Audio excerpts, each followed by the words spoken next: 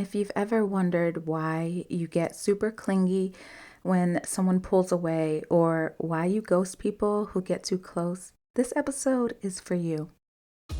Welcome to Black Girl Infinite Allure, the podcast where we embark on a journey to a beautiful life together. I'm Jay Ebony, and as a Black woman navigating the complexities of lifestyle, relationships, and finances, I'm here to share insights, stories, and inspiration. Let's explore, grow, and thrive together. Enjoy the show. Hello, and welcome back to the Black Girl Infinite Allure podcast. I am your host, Jay Ebony. I am so happy that you are joining me, and I thank and appreciate each and every one of you for tuning in. I hope you're enjoying the podcast. If our episodes have inspired you or added value to your life, I have a small favor to ask. Please subscribe, follow, like, share, rate, and review the podcast. Your support is crucial in helping us grow and spread the word.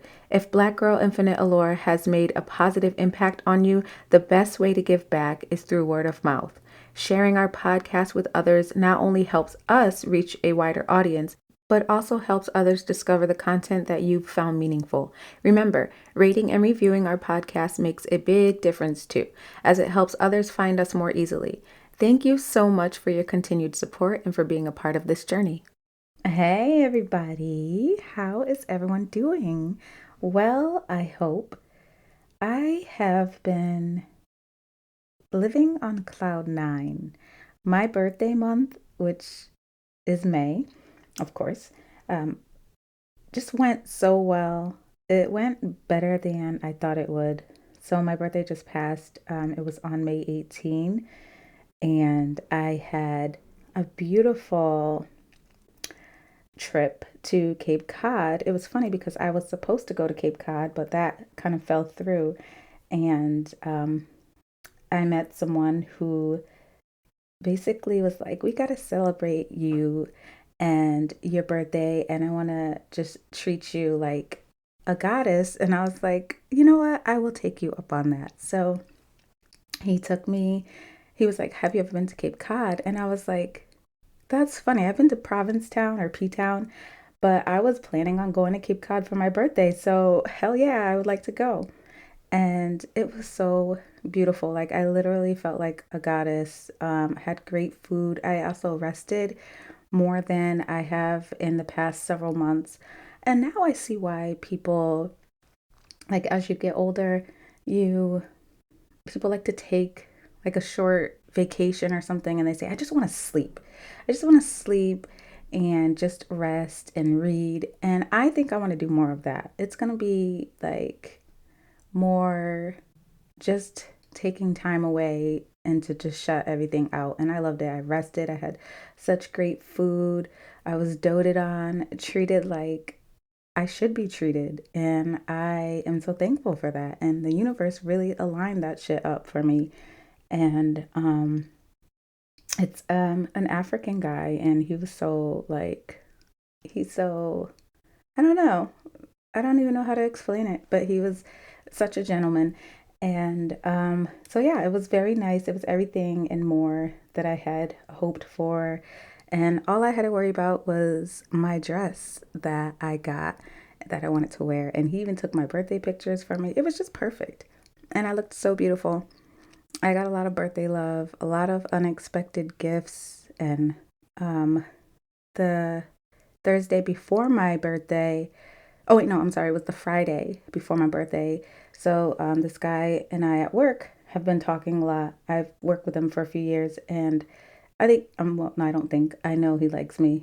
And he came to work on Friday and gave me the most beautifully written card. It was so sweet. Like, I was so shocked. And his handwriting is beautiful. It was just so nice. And I wasn't expecting that, and so that was very nice. Um, and before my birthday, oh wait, no, also, oh, so the other day I was at home and I got this beautiful edible arrangement, and I looked at it. I thought it was from my son Makai because he brought it in. He's like, "Mom," and I was like, "Did you buy that?" And he's like, "No," and I looked at it and it said from from T-Dog, my niece Trina in Georgia. She sent me, it was a big box of these cookies, a birthday balloon, this big chocolate covered pineapple. What else? I know there was something else. Oh yeah, and these beautiful flowers. I was like, oh, I said, you did your big one with this one. I was not expecting it at all. It was so sweet. And the kids and I did an unboxing yesterday, tried all the cookies. Um, my ex-husband's girlfriend actually gave me some money for my birthday. That was out of the blue too. It's just been so sweet. I brought the kids, her daughter and my daughter too. They go to the same school, so I brought them to their concert that they were singing, and I was gonna do it anyway. I was gonna go, but she couldn't attend because she is out of work right now for she had surgery on her foot. So she said, thank you for that, and here's for your birthday too. I was like, what? I was like, this month has just the blessings just been rolling in. Not to mention some random guy was like, he was like, one morning he said, what's your cash app? I'm gonna send you some money for coffee this morning. I was like, how did you know? I was just thinking about coffee. Cash app me some money. Well more than enough for just coffee. So I was like, yes, okay, this is the treatment that I am calling in from all directions.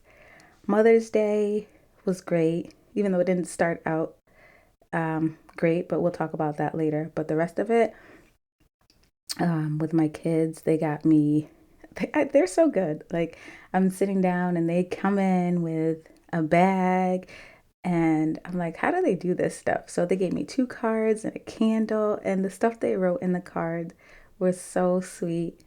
And I'm like, you guys are so good.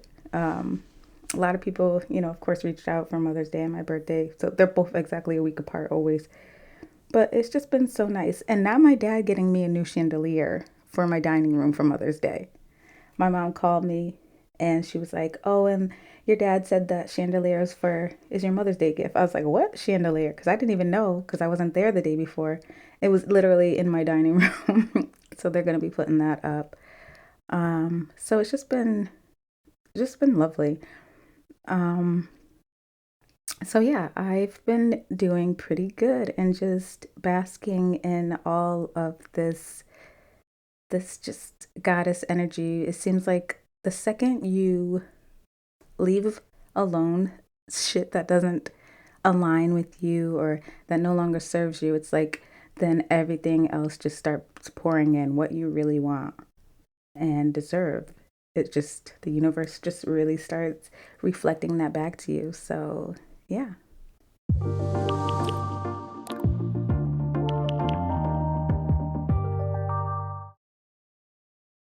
Okay, y'all. So let's get into why we are here today.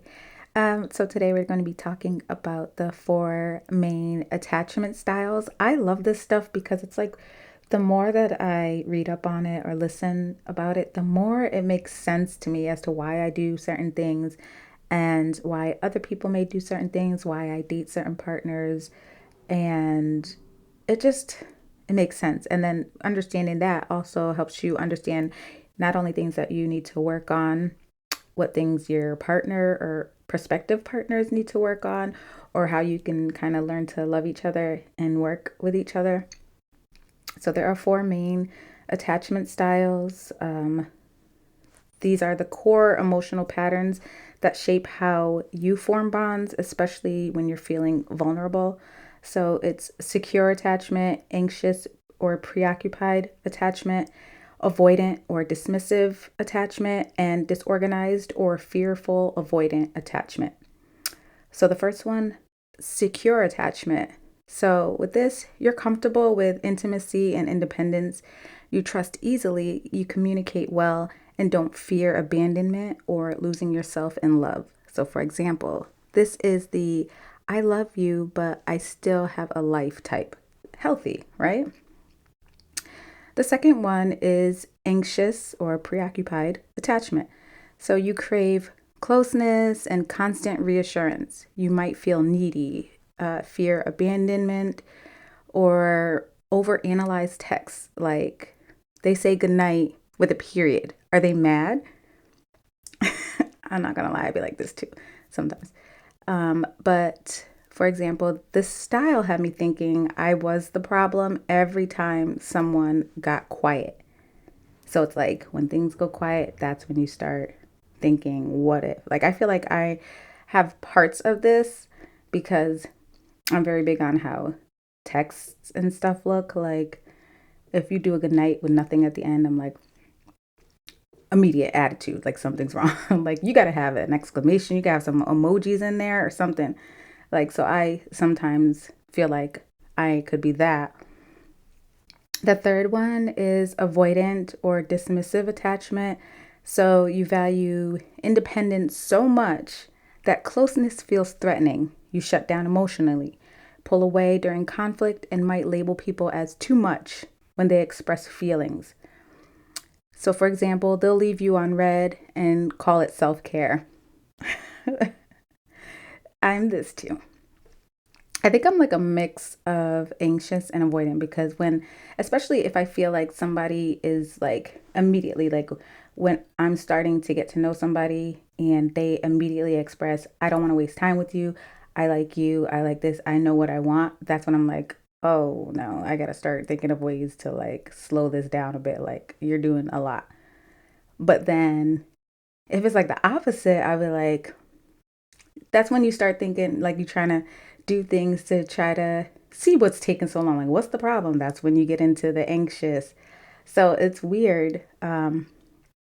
Number four is disorganized. So fearful, avoidant attachment. So this is me then, because this is a mix of anxious and avoidant. You want love, but fear it. Push, pull behavior, often tied to unresolved trauma. For example, this is the come here but don't touch me crew. This is me. Okay. Yep, that's me. I'm number four. Definitely disorganized because I don't know if I'm coming or going. But childhood and parenting certainly impact your emotional responses, attachment styles, and they start early. So your caregivers shape how safe and secure you feel expressing needs. It's huge. And then you go back and you start thinking about your childhood and how the relationship was with your parents and the way they expressed emotions. And did you feel like you had to compete for their love and, things like that. So examples are a child whose parent was emotionally unavailable. Like I was just saying, they might grow into an adult who doesn't trust people to show up. So you're not even expecting anybody to show up.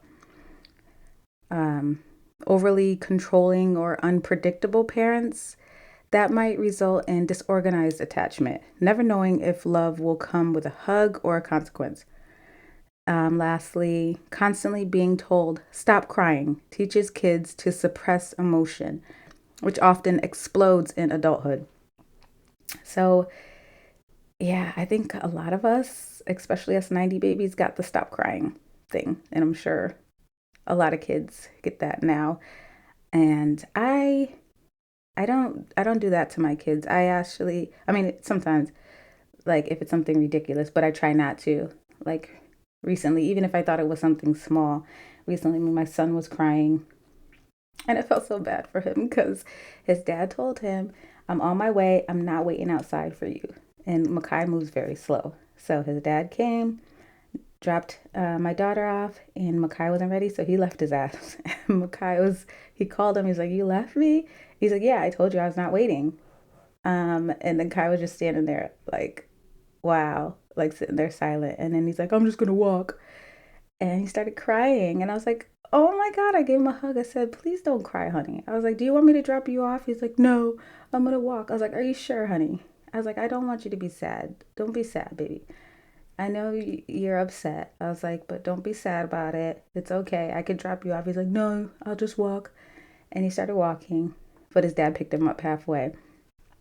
And he was like, "The reason I didn't want you to drop me off is because I wanted you to enjoy your time." And I said, "Honey, don't worry about it. I don't care. I would have dropped you off."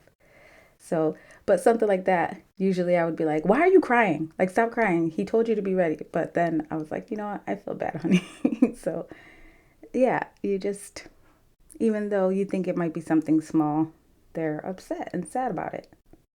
So, some other real life examples in all romantic family and friend dynamics. Um, for a romantic, an anxious partner might double text and spiral if they don't get a response. I've done that and I've had it done to me. Not good. An avoidant partner might ghost the moment things feel too good, or it's often like self sabotaging. Like you always got to find the issue. Like, what's wrong? Why is things going too good? A secure partner sets boundaries but doesn't panic over space. Okay. So within family relationships, a secure person might have a boundary like, Mom, I'm not discussing my dating life today without guilt. An anxious adult might call their parent 3 times a day to seek validation. An avoidant family member sounds like we just don't talk about our feelings. That's my family dynamic. We don't talk about our feelings. No wonder I don't talk about my feelings now. Look at this. Y'all are witnessing in real time my shit. In friendships, avoidance flake or pull back emotionally when you get too close. Anxious friends constantly ask, Are we good? After minor issues. I used to have friends like this all the time growing up. I would just like go to school. They'd be like, Jen, are you mad at me? I'd be like, what the fuck is wrong with you? Why would I be mad at you, dummy?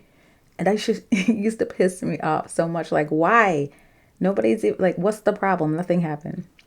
But that's an example of that. And disorganized types might trauma dump and then ghost. I've had that happen to me too. It's so weird. But here we are discussing it. But signs that you're in a trauma bond versus a secure connection. A trauma bond has high highs, but very low lows. I've experienced that too. You feel addicted to the emotional chaos. You ignore red flags because the connection feels intense. You're afraid to leave even if you know it's not healthy. You confuse adrenaline for love. Oh my God, this is some real shit, y'all. With a secure connection, you feel safe, not anxious. Conflict exists but doesn't derail the relationship. You can express needs without fear, and love feels consistent, not performative. So, how can we move toward a more secure attachment? You start with awareness. Learn your triggers, like I panic when I don't hear back within a few hours. Practice communicating needs clearly without shame, and choose relationships that reinforce emotional safety. Other practices are therapy, especially trauma informed or attachment based, journaling when triggered instead of reacting, and setting small boundaries and honoring them. Inner child healing and reparenting practices. Reparenting is giving yourself what you didn't get as a child. And I love this because my therapist does this with me. She says, think about that child and speak to her. Like, what did you need at that time? I love my therapist. But examples would be if you weren't allowed to cry, let yourself cry now. Validate your own emotions. There's the bell. If you were called too sensitive, speak gently to yourself instead of criticizing. You could do mirror work. Look in the mirror and say, You're safe now. I got you. Create a bedtime ritual. Buy yourself a comfort toy, blanket, anything that brings a sense of safety. Then you also have my fave, meditations or affirmations for your younger self. This is so informative to me. And as I've been learning more about attachment styles, it makes so much sense, especially in regards to my last relationship. It's stuff that I wish I dove deep into more before, but now it's like, it's never too late to learn. So for a personal story, for a long time, I thought what I had with this one person was a once in a lifetime kind of love. We met years ago, always come back to each other, always had this deep magnetic connection.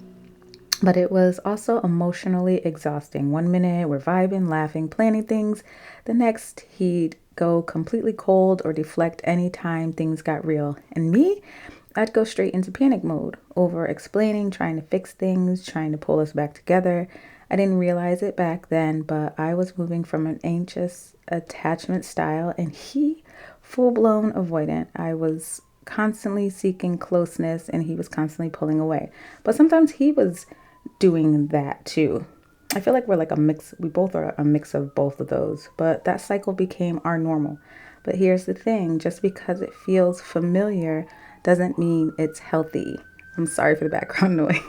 I swear there's always stuff going on out here. But learning about these attachment styles, I am realizing that the push-pull is not passion. It's a trauma reenactment. And it wasn't until I started healing that I'm realizing that love shouldn't make you feel like you're chasing peace. Love should just be peace, period. So that's my little piece on attachment styles. I hope that you found this helpful and can use it going forward in your relationships.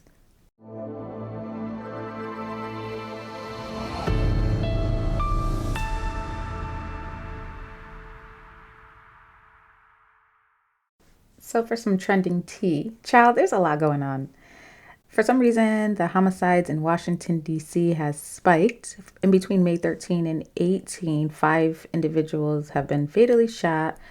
The total number of homicides this year is at 57. In Los Angeles, the DA is cracking down on illegal immigration, which we're not surprised to hear. Y'all already know that Beyonce's Cowboy Carter tour is in full swing. Oh my God, I love seeing her daughters, Rumi and Blue Ivy. It's so cute. And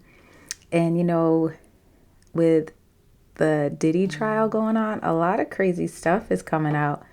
Like, this trial is a little too freaky for me. I just kind of want to know what the ending is going to be because there's just so much coming out about him that I did not want to know. It's just crazy. And then, Tory Lanez was stabbed in jail by a fellow inmate, and now stuff is coming out that supposedly it was Megan's friend that shot her. So I don't know what's going to happen. They're trying to introduce new claims, his legal team. It's just crazy. So that's like the main stuff that's going on in a nutshell. I didn't want to go too deep because it's so much stuff to dive into. Maybe going forward, as more information comes out about these things, we can talk about it. But yeah, that is the tea for this week.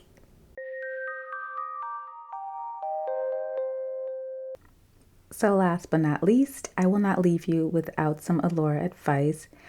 Remember, before you try to fix your relationships, try understanding how you attach first. Your attachment style is not your identity. It's your starting point. So the goal isn't perfection, it's safety, growth, and emotional honesty. Choose people who help you feel safe, not stuck. This is just a gentle reminder to look inward before projecting outward. Love you big, okay? And remember, stay well, be good, and take care of yourselves. Bye. If you've enjoyed this podcast, please take a moment to like, share, and leave a review. It greatly supports our growth. I'm dedicated to expanding our community of like-minded individuals who pursue boundless beauty in every aspect of life. Take care, and let's keep reaching for infinite allure together. Until next time.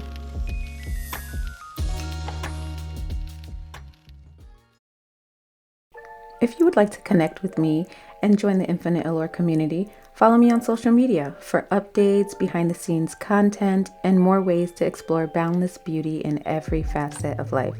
There, I will be updating you all with my blog and podcast information, and also giving you your doses of affirmations and self-care tips. You can check me out at my website at myinfiniteallure.com, or add me on Instagram and Facebook, both at Black Girl Infinite Allure Podcast, or follow me on TikTok at Black Girl Infinite Allure. Say hey or tell me your thoughts of the latest episode. For inquiries, collaborations, or to share your thoughts, email me at contact@myinfiniteallure.com. Thank you for listening and continuing to strive for all things Infinite Allure. And remember, I will also have this information in the description box.